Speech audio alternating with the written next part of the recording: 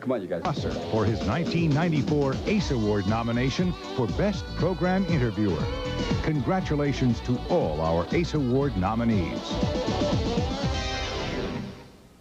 The best guests. The best questions. Are you nuts? How you doing, babe? Did I hear the words, the old talk show host? The best of Tom Snyder. Only on CNBC.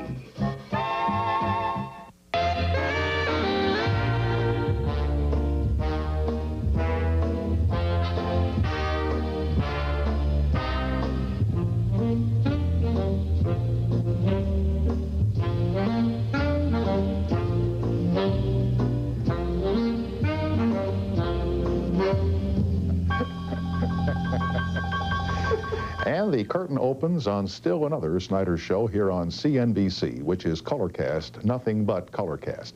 I think we were on more on Labor Day than Jerry Lewis with this show, okay? By the way, I noticed the Ross Perot promo that just ran prior to us here for Talk Live on September the 25th is the first time that we have used our slogan, created at a cost of millions and millions and millions of NBC dollars, called Money All Day, Talk All Night. Is that a grabber or what? Doesn't that just, information that hits home doesn't say it, but when you say money all day, talk all night, you know that you got something. We also had another historic moment here on the network tonight in that this was the first live show with Phil and Vlad on a Monday night. They came in special in the wake of the developments today at the White House with the leaders from the PLO and the Israelis. So I want to welcome Vlad and Phil to Fort Lee on Monday night. That is a cable first here at CNBC.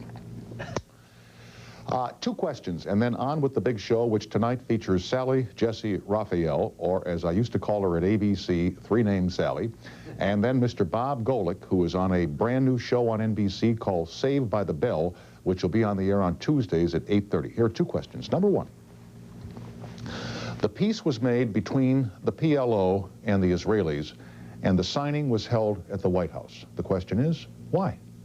Most of the negotiations took place in Norway, I think, and I think all this was started at the behest of the Israelis and I mean, we know why, but wouldn't it be fun if somebody on the network asked one of the officials, by the way, how come we're doing this? As he said, Mark Kennedy, they have the best hors d'oeuvre at the White House. Yeah. Much better than the Knesset, you know. There it's just Knish, you know. White House, it's nice, beet soup. And the second question is, whatever happened to the Michael Jackson story? I mean, 2 weeks ago, folks, you could not turn on the radio or the television or open a newspaper or a magazine without hearing about the Michael Jackson story.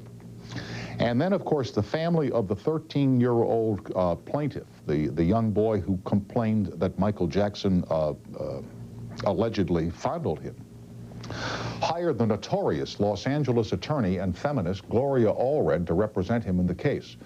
And Gloria Allred is not one to keep her participation in anything a secret, and she held a gigantic news conference here in town 10 days ago, and she asked what in my mind was the key question in the whole case. What is a 35-year-old guy doing getting into bed with 13-year-old kids? To me, this is a very valid question to ask. And the minute she asked that question, whammo, the story was off the air, out of the newspapers, out of the magazines, and then last week, Ms. Allred quit the case, saying she couldn't tell why and apologizing for it. There's something going on, mark my words. I don't know, there's something happening somewhere. We haven't heard the last of this. But for something to disappear that rapidly from the newspapers just raises a question. I just want you all to always be asking, you know, what's going on here? Like with this story and with the White House and the peace today, which is wonderful for the world, you know, what's going on here? I want to congratulate Conan O'Brien, who opens up tonight in my old time slot on NBC on the late night schedule, with Late Night with Conan O'Brien replacing my friend David Letterman. He wrote a review of his own show in the New York Times this morning. The headline is, O'Brien Flops by Conan O'Brien. If he's that funny on NBC tonight, he'll do well. And we'll know in about 4 or 5 hours. Well, we'll know in 5 hours and 30 minutes. Come to think of it, back in Studio 6A, they know right now, and they're not telling. I won't read the whole review, but just briefly. As much as this writer would like to root for Mr. O'Brien, one can't help but have grave doubts about his prospects. Despite the considerable power of his raw sexuality and mesmerizing intellectual presence, this Late Night may very well end up the late late night.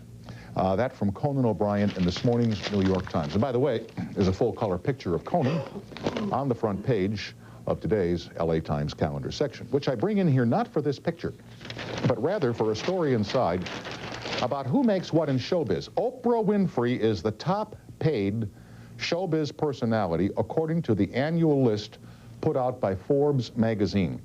Guess how much the Ope made over the last 2 years? 98 million. Yeah.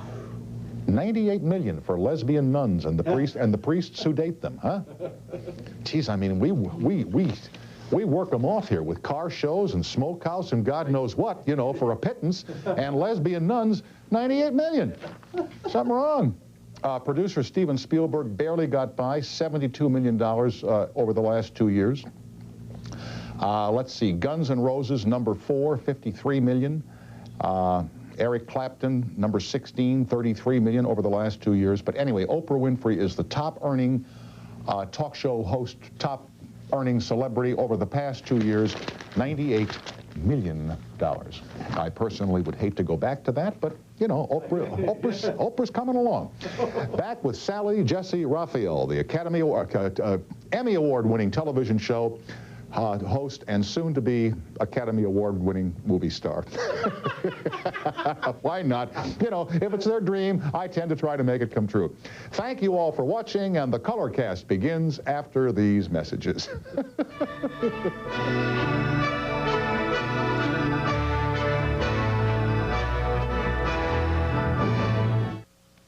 This program is sponsored by Nationwide Insurance. Nationwide is on your side. The beaches of North Carolina's Outer Banks have often been called America's best. Words of wisdom about your talk show. Some swivel. The way to really please the viewers. Give them things. Coffee cups with rhino heads on. Score big. Rhino heads. Whatever you do, when people call you on the toll-free exchange, don't hang up on people. No.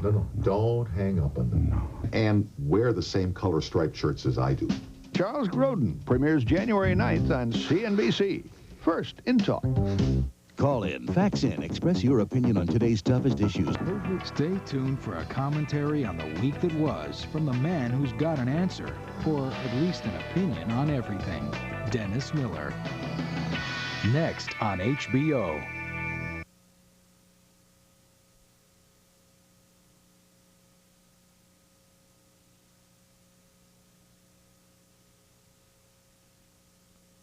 Well, the new Republican Congress has moved quickly to bring down homeless statistics. They passed legislation this week reclassifying dumpsters as mobile homes.